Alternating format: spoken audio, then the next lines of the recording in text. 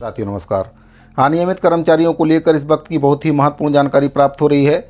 जानकारी में आगे बढ़ने से पहले आपसे निवेदन है कि पहली बार अगर चैनल पर आए हों तो चैनल को सब्सक्राइब जरूर करें, बेल आइकन को प्रेस करके उसको ऑल पर सेट करके रखें, जिससे आपको कर्मचारियों से संबंधित सभी प्रकार की जानकारी लगातार इस चैनल के माध्यम से मिलती रहे। साथियों, पीएफ कटौती से कहीं ना कहीं पीडब्ल्यूडी के जो अधिकारी हैं वे डर गए हैं। उनके द्वारा एक ऐसा पत्र जारी किया गया है जिसमें दैनिक और मासिक वेतन पर काम करने वाले दैनिक श्रमिकों को प्लेसमेंट एजेंसियों के माध्यम से नियोजन करने का प्रस्ताव शासन को भेज दिया है। इसके बारे में आपको पूरी जानकारी दूंगा। जो पत्र जारी किया गया उसमें क्या कुछ कहा गया है और जो प्लेसमेंट एजेंसी के माध्यम से नियोजन की बात कही गई है वह किन कर्मचारियों के लिए है। पूरा वीडियो अंत तक आप बिना स्किप किए हुए जरूर देखिए। सबसे पहले आपको उस पत्र के बारे में बताना चाहूँगा जो पीडब्ल्यूडी के अधिकारियों के द्वारा भेजा गया है। आप देख सकते हैं, कार्यालय मुख्य अभियंता लोक निर्माण विभाग दुर्ग परिक्षेत्र दुर्ग से यह पत्र जारी किया गया। इसमें प्रति है प्रमुख अभियंता लोक निर्माण विभाग सेक्टर 19 नया रायपुर अटल नगर। विषय इसमें है प्लेसमेंट एजेंसी के माध्यम से मजदूरों को नियोजन बाबत प्रस्ताव। तो ये प्रस्ताव बनाकर भेजा गया है। जो दैनिक और मासिक वेतन पर काम करने वाले श्रमिक हैं उनको प्लेसमेंट एजेंसी के माध्यम से नियोजन की बात इसमें कही गई है। इसमें आगे बताया गया, विभाग में नियमित कार्यभारित पदों के विरुद्ध कर्मचारियों की नियुक्ति न होने से अनेक पद रिक्त हैं। शासकीय कार्यों के संपादन के उद्देश्य से कार्यालयों में लिपिक, कंप्यूटर ऑपरेटर, भृत्य, चौकीदार, स्थल सहायक आदि अनेक पदों पर दैनिक वेतन पर मजदूरों का नियोजन किया जाता है। साथ ही स्थल पर आवश्यकता अनुसार कार्यों के मरम्मत आदि के लिए भी मजदूरों के नियोजन की आवश्यकता होती है। नियोजित मजदूरों के द्वारा समय समय पर माननीय श्रम न्यायालय एवं माननीय उच्च न्यायालय में नियमितीकरण बाबत अपील किए जाने पर विभाग को अनेक न्यायालयीन प्रकरणों का सामना करना पड़ रहा है। इसके अतिरिक्त नियोजित मजदूरों के वेतन से ईपीएफ की कटौती किए जाने की अनिवार्यता निर्धारित की गई है। सबसे बड़ा मुद्दा यही है, विभाग ईपीएफ कटौती से कहीं ना कहीं डर गया है, जिसके कारण नियोजन नियमित श्रेणी के अंतर्गत आने की संभावना, यानी कि कर्मचारियों का भविष्य में नियमितीकरण होने की संभावना इसमें बनी हुई है। CGRDCL के अंतर्गत मजदूरों का नियोजन प्लेसमेंट एजेंसी के माध्यम से किए जाने हेतु मुख्य सचिव छत्तीसगढ़ शासन की अध्यक्षता में संचालक मंडल के द्वारा शर्तों का अनुमोदन किया गया है एवं तदनुसार स्वीकृत शर्तों पर प्लेसमेंट एजेंसी के माध्यम से मजदूरों का नियोजन किया जा रहा है। CGRDCL द्वारा अनुमोदित शर्तों के अनुरूप प्लेसमेंट एजेंसी के माध्यम से विभाग में मजदूरों के नियोजन के अनुमोदन हेतु प्रस्ताव अनुशंसा सहित अनुमोदन हेतु संलग्न कर संप्रेषित है तथा साथ ही प्लेसमेंट एजेंसी के माध्यम से नियोजन पर व्यय हेतु नवीन मद के अंतर्गत बजट प्रावधान स्वीकृत करने की अनुशंसा की जाती है। मुख्य अभियंता लोक निर्माण विभाग दुर्ग परिक्षेत्र के द्वारा यह पत्र जारी किया गया है। और अगर आप ये सोच रहे हैं कि ये जो लेटर जारी हुआ है ये दुर्ग के लिए जारी हुआ है, इससे हमारा कोई मतलब नहीं है, तो आप बहुत बड़ी गलतफहमी में हैं।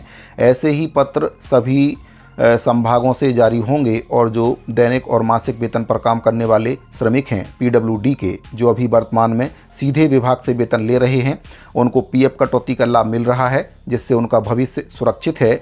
अगर ऐसे पत्र जारी होते हैं तो फिर उनको प्लेसमेंट एजेंसियों के माध्यम से रखा जाएगा। एक बार नए कर्मचारियों को अगर प्लेसमेंट पर रखा जाता है तो धीरे धीरे पूरे विभाग के कर्मचारी, चाहे वे नए हों या पुराने हों, सभी को प्लेसमेंट प्रथा में धकेल दिया जाएगा।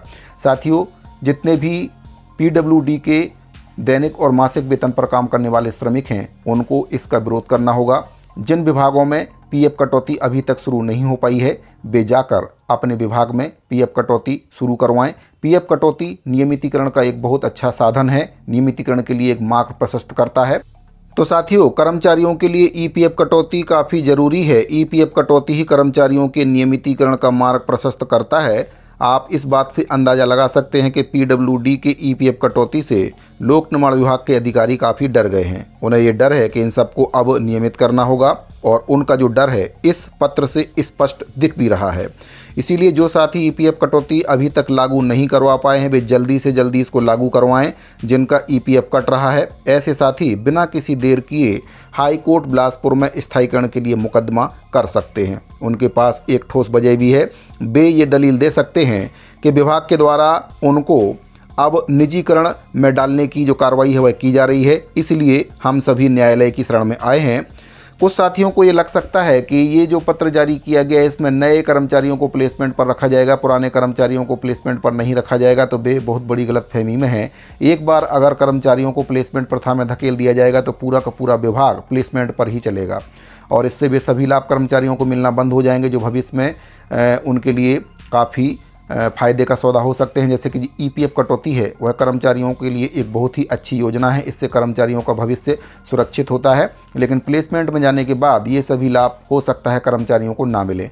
और सबसे बड़ी बात यह है कि अगर प्लेसमेंट में कर्मचारियों को धकेल दिया जाता है तो भविष्य में वे नियमितीकरण या स्थायीकरण के लिए अपना दावा नहीं कर पाएंगे। ये सबसे बड़ा यहाँ पर सवाल है।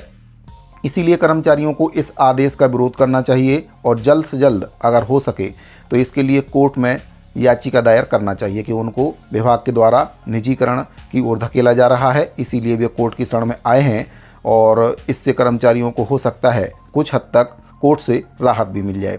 तो साथियों, पीडब्ल्यूडी के जो अधिकारी हैं ईपीएफ कटौती से तो डरे ही हुए हैं, साथ ही प्लेसमेंट पर कर्मचारियों को नियोजन करने के लिए उनके द्वारा प्रस्ताव बनाकर शासन स्तर को भेज दिया गया है। हो सकता है अब आगे से पीडब्ल्यूडी विभाग में जो कर्मचारी हैं वे प्लेसमेंट के माध्यम से रखे जाएं और कभी भी फिर वे नियमितीकरण या स्थायीकरण के लिए दावा नहीं कर पाएंगे।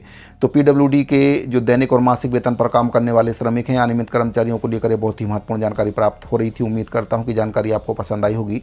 अगर आपको जानकारी अच्छी लगी हो तो वीडियो को लाइक और अपने दूसरे साथियों को शेयर करना ना भूलें।